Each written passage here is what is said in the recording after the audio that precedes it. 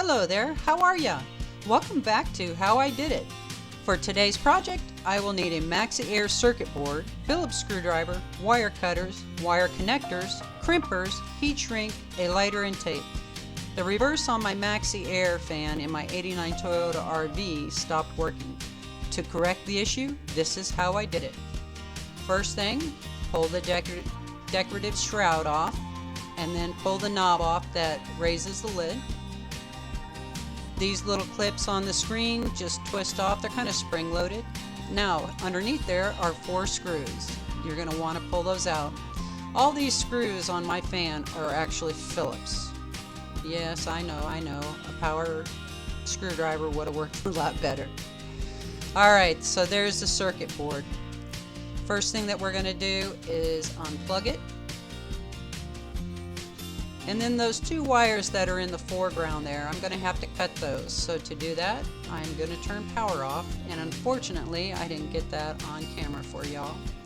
Then we're going to pull these 3 screws with the red washers. That's going to release the circuit board from the housing.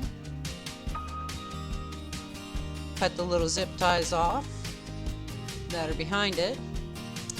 And I didn't film, but there's like a 10-pin connector that you also have to just pull apart. Be very gentle with it. Now what I'm doing here is removing the factory thermostat, because I'm going to plug my thermostat right back into it. This fan is actually thermostatically controlled as well. Here I'm plugging those pins back in. Again, taking care not to break anything. Alright, everything's positioned, so now we're going to start putting the screws with the red washers back on to hold the circuit board in place. And then the thermostat just plugs right back into the same pins setup.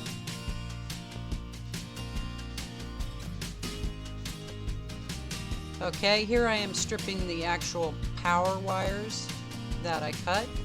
And I'm going to put these connectors on there. That way I can just kind of plug the fan in, tuck the wires, and call it good.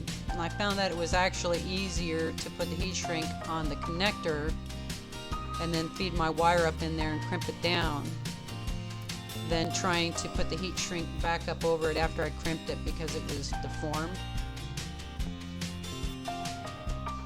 Now we'll put a little bit of heat to it with the lighter. Notice the little tug on there. That was to make sure I had it in there really good. Alright, we'll just melt it down. Doing the other 2 wires on the other side. This is the power feed.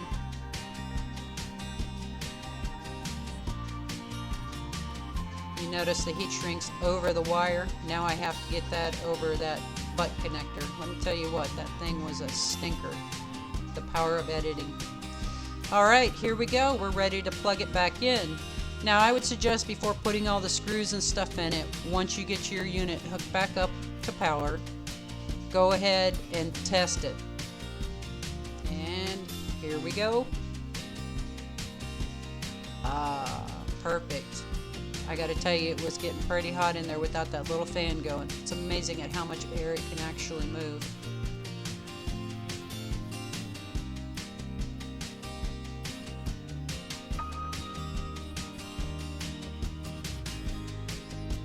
Now, this is where the blue painter's tape came in. Trying to get these wires to stay up in there so I could get this put back up in there was a pain in the butt. Used the painter's tape to kind of tape it up in there out of the way so I wouldn't pitch anything. And then started all my screws by hand. Again, this is plastic. Didn't want to break anything. Wanted to make sure I didn't over tighten. Made sure I didn't want to cross thread things. So, got the 4 screws in to hold that. Got the handle back on. Put the screen on after this. Those little tabs are really nice. You can just flip them out, pull the screen down, wash it, and then put it back up in there, and then flip them back over to hold that screen. And as you see, the fan is running. Put the decorative shroud back up in there. Make sure you have it oriented right so it goes in the same holes. And there it is. Well, see y'all next week for a new episode of How I Did It.